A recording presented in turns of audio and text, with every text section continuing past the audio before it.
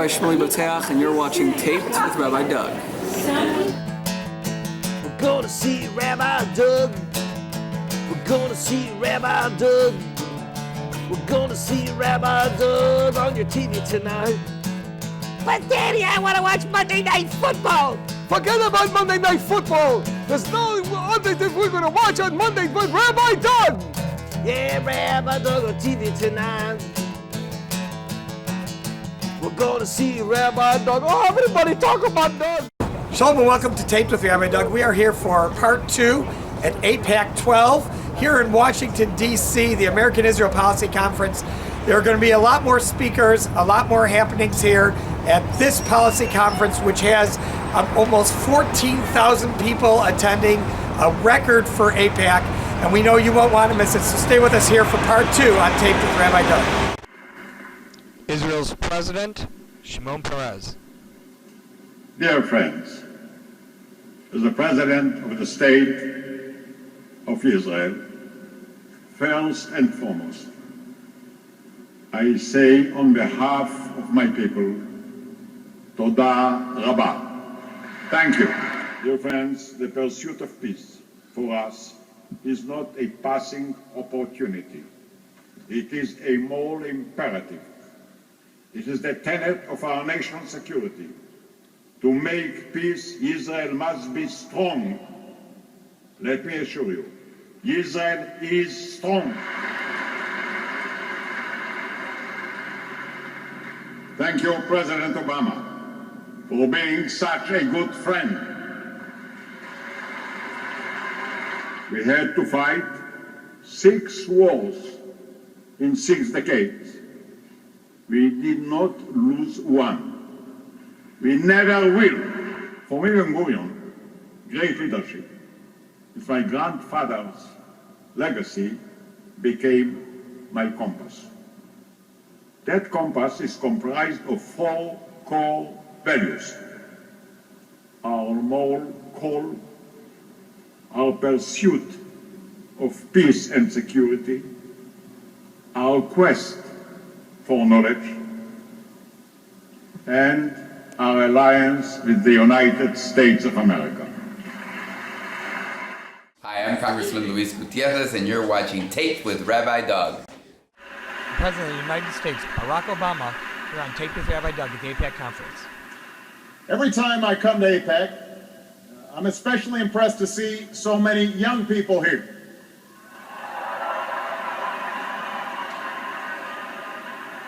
You don't yet get the front seats, I understand. You have to earn that. But students from all over the country who are making their voices heard and engaging deeply in our democratic debate. You carry with you an extraordinary legacy of more than 6 decades of friendship between the United States and Israel. And you have the opportunity and the responsibility to make your own mark on the world. And for inspiration, you can look to the man who preceded me on this stage, who's being honored at this conference, my friend, President Shimon Perez. The United States and Israel share interests, but we also share those human values that Shimon spoke about. A commitment to human dignity. A belief that freedom is a right that is given to all of God's children. An experience that shows us that democracy is the one and only form of government that can truly respond to the aspirations of citizens. For over 6 decades, the American people have kept that faith. Yes, we are bound to Israel because of the interests that we share. Security for our communities, prosperity for our people, the new frontiers of science that can light the world. But ultimately, it is our common ideas that provide the true foundation for our relationship. That is why America's commitment to Israel has endured under Democratic and Republican presidents and congressional leaders of both parties.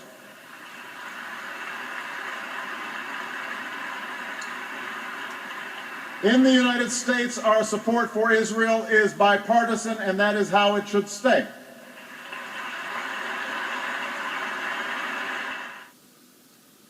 But as you examine my commitment, you don't just have to count on my words. You can look at my deeds. Because over the last 3 years as President of the United States, I have kept my commitments to the State of Israel. At every crucial juncture, at every fork in the road, we have been there for Israel every single time. We're back here on Taped with Rabbi Doug, and I'm here once again at AIPAC 12 with my friend, Rabbi Shmuley Boteach. Rabbi Shmuley, welcome back. So, rumors have it, you are running for Congress. I'm waiting for your check. You have it on you now, Rabbi Doug? I forgot my checkbook. I will confirm in the next few days, God willing. I've been seriously exploring the bond and raising money, doing the things that candidates do. This country is at a crossroads. It's what I consider a values crossroads. We need new American values to rejuvenate America, and my campaign will be squarely focused on new social values based on universal Jewish values to bring healing and a renaissance to America. I love it, I love it. So what would your district be? Look, I live in a strongly Democratic district, and I'm a Republican. So it would be an uphill struggle. But this year, there are two Democratic incumbents who are competing for the same nomination because we lost the district in New Jersey, so elements of the 5th and the 9th have been combined together. But there are still two opponents I would face for the Republican convention in Bergen County, and that's going to happen next week. So we'll see who gets the Republican line. And in the meantime, your last controversial book, a new book coming out, what's happening with that? Yeah, it's called Kosher Jesus. It's been out for about a month. It ignited a firestorm all over the blog. Sure has. But that's the way it should be. You write a book to generate conversation. You don't write a book to have it ignored. Books are very labor-intensive, they're time-consuming, and if you're going to put that much effort into it, you're hoping that it will lead to a conversation. So the issue of Jews and Christians in this newfound alliance, especially with regards to political support for Israel, is very significant. And I wrote this book to be a theological bridge between the two communities, and I hope it will serve it as such. And I hope so too. Well, I want to thank you so much for being with me, as always. We love having you on the show. My viewers love having you. I wish you much success if you make the official decision to run for Congress. Future Congressman Rabbi Shmuley Boteach. We'll call him Congressman Rabbi Shmuley then. Amen, amen. And stay with us here on Tape with Rabbi Doug. Rabbi Shmuley Boteach. Candidate for President and former Speaker of the House, Newt Gingrich. Let me say, on the very first day I am President, I will sign the executive order to move the American Embassy to Jerusalem in recognition of Israeli sovereignty.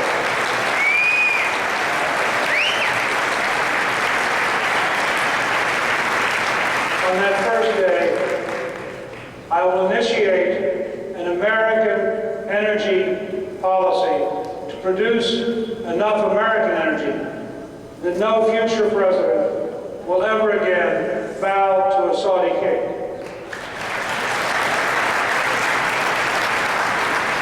And on that very first day, I will initiate a strategy in the tradition of Reagan, Thatcher, and Pope John Paul II to undermine and replace the Iranian dictatorship by every possible method short of war in order to achieve a government we could trust and could deal with.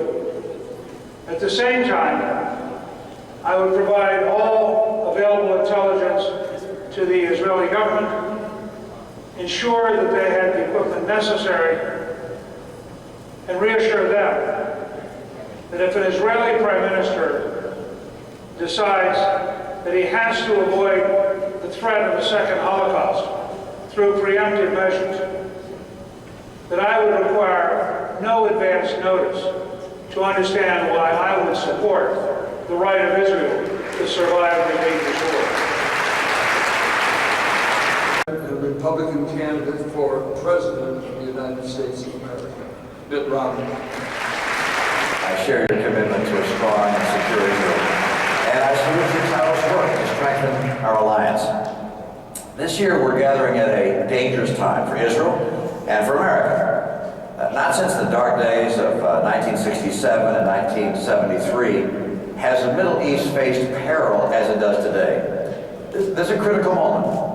America must not, and if I'm president, it will not fail this defining test of history.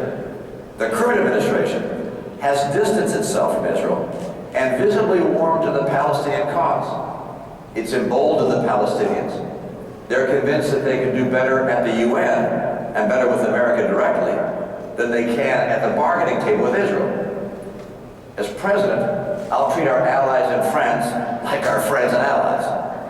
In recent days, we've been on a warning from the administration. Its clear message has been to warn Israel to consider the costs of military action against Iran.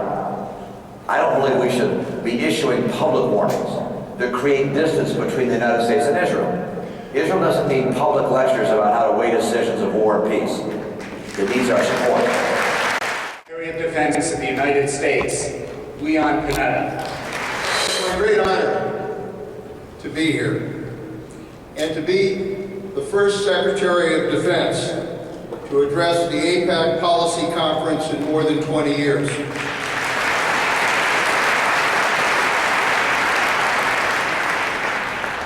I come here as Secretary, but more significantly, I come here as a lifelong friend of Israel.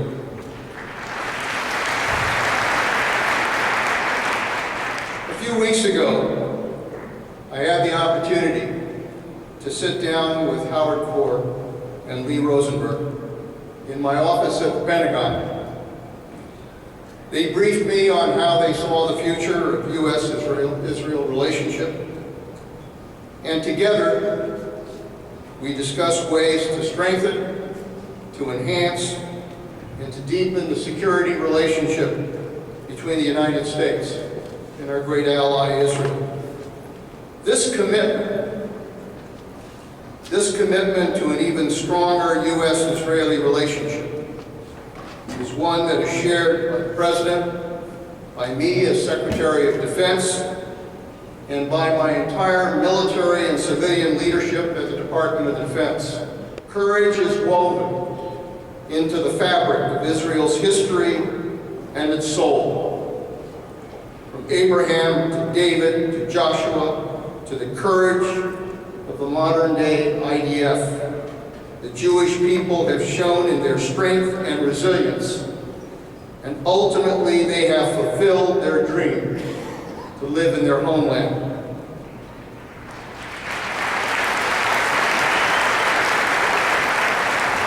When I returned to government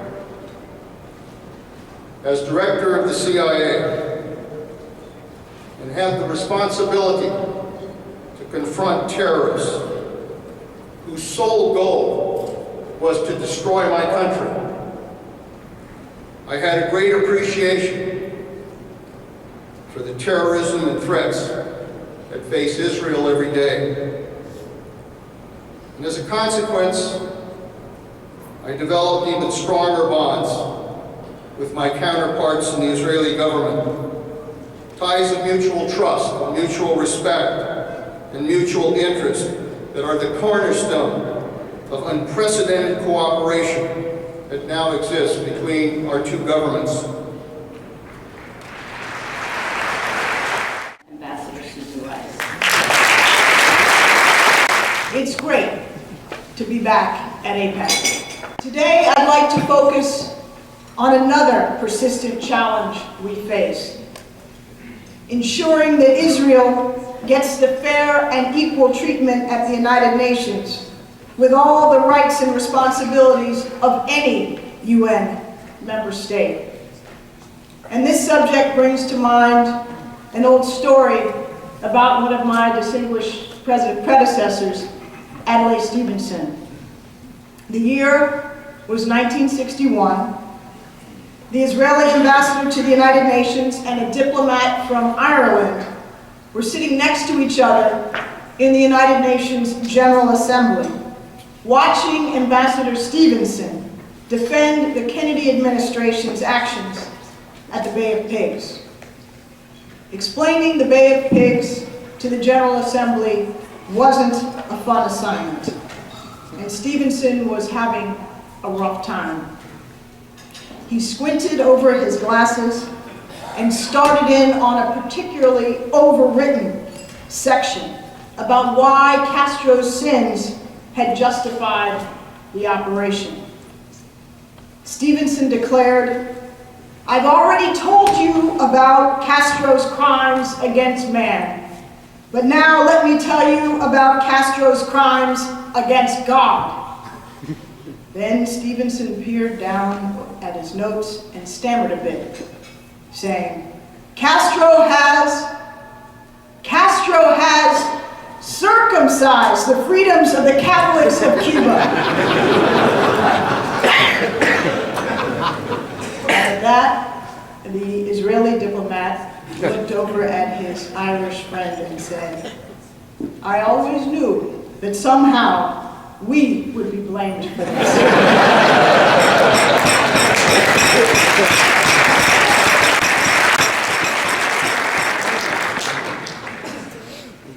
Now, all countries come in for knocks every now and then at the United Nations, including our own. Nobody is above fair criticism. But what Israel faces is something very different. It's relentless. It's obsessive. It's ugly. It's bad for the United Nations.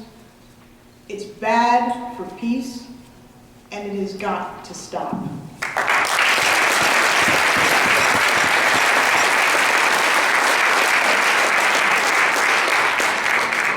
So we fight it. Ladies and gentlemen, not a day goes by, not one, when my colleagues and I don't work hard to defend Israel's security and legitimacy at the United Nations. That commitment starts with President Obama, and it is shared by us all. It spans generations, it spans political parties, it is not negotiable, and it never will be. Thank you so much.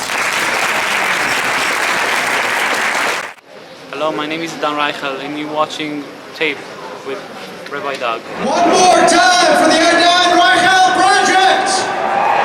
Let him hear it!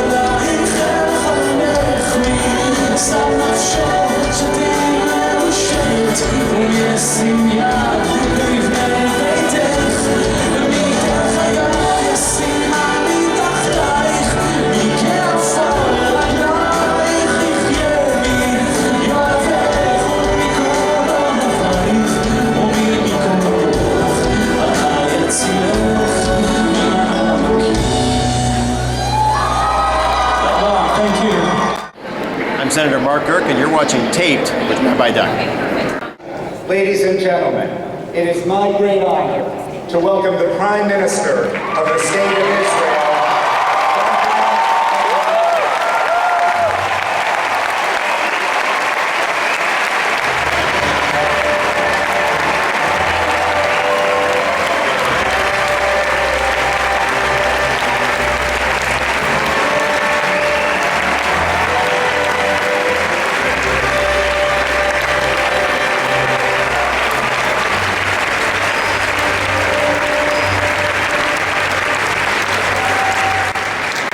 Thank you, Howard, and thank you, Rosie.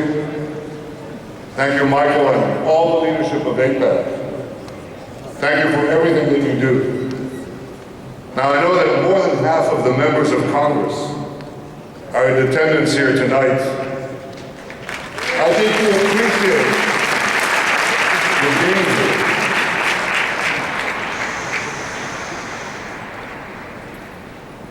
Michael, you said that I spoke last May in Congress, and when I did, you, the members of Congress, stood up to applaud the State of Israel. So now I ask, you can applaud, but now I want a special applause.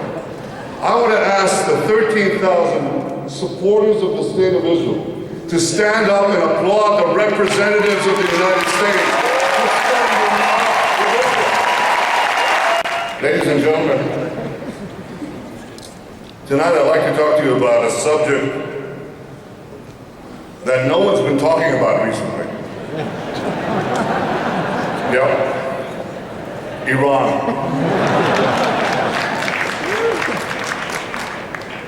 Every day I open the newspapers and I read about all these red lines and timelines. I read about what Israel has supposedly decided to do, or what Israel might do. Well, I'm not going to talk to you about what Israel will do or will not do. I never talk about that.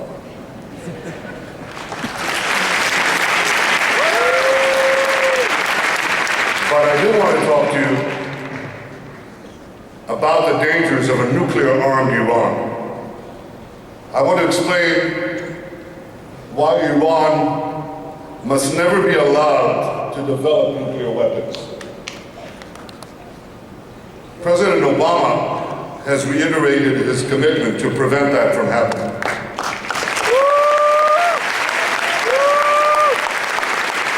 He stated clearly that all options are on the table and that American policy is not contained. Well, Israel has exactly the same policy. We're determined to prevent Iran from developing nuclear weapons. We leave all options on the table, and containment is definitely not an option.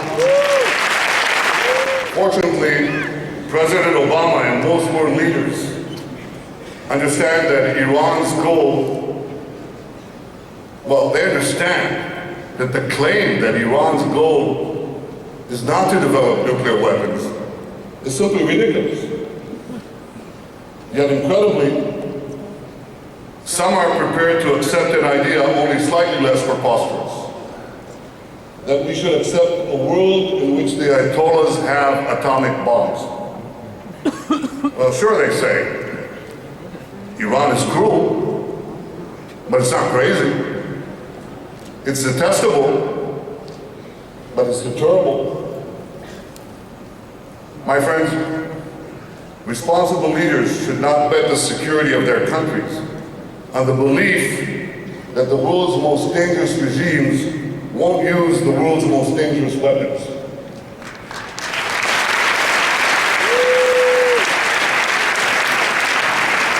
And I promise you that as Prime Minister, I will never gamble with the security of the State of Israel. From the beginning, the Ayatollah regime has broken every international norm and flouted every international rule. It seized embassies, it has targeted diplomats, it sent its own children through minefields. It hangs gays, it stones women, it supports Assad's brutal slaughter of the Syrian people. It is the world's foremost sponsor of terrorism. It sponsors Hezbollah in Lebanon, Hamas in Gaza, and terrorists throughout the Middle East, Africa, even South America. And Iran's proxies have dispatched hundreds of suicide bombers. They planted thousands of roadside bombs, and they fired over 20,000 missiles at civilians. So through terror from the skies and terror on the ground, Iran is responsible for the murder of hundreds, if not thousands, of Americans. In 1983, Iran's proxy Hezbollah blew up the Marine barracks in Lebanon, killing 241 US Marines. In the last decade, it's been responsible for murdering and maiming American soldiers in Afghanistan and in Iraq. Just a few months ago, it tried to assassinate the Saudi ambassador to the United States. This is at a restaurant just a few blocks from here. The assassins didn't care that several senators and congressmen would have been murdered in the process. Iran accuses, and this is real chutzpah, Iran accuses the American government of orchestrating 9/11. And that's as brazen as denying the Holocaust, which they do. There are those who wish to destroy the Jewish people. In this generation, we are blessed to live in a time when there is a Jewish state capable of defending the Jewish people. And we are doubly blessed to have so many friends like you, Jews and non-Jews alike, who love the state of Israel and support its right to defend itself. So as I leave you tonight, I thank you for your friendship, I thank you for your courage, and I thank you for standing up for the one and only Jewish state. Thank you all.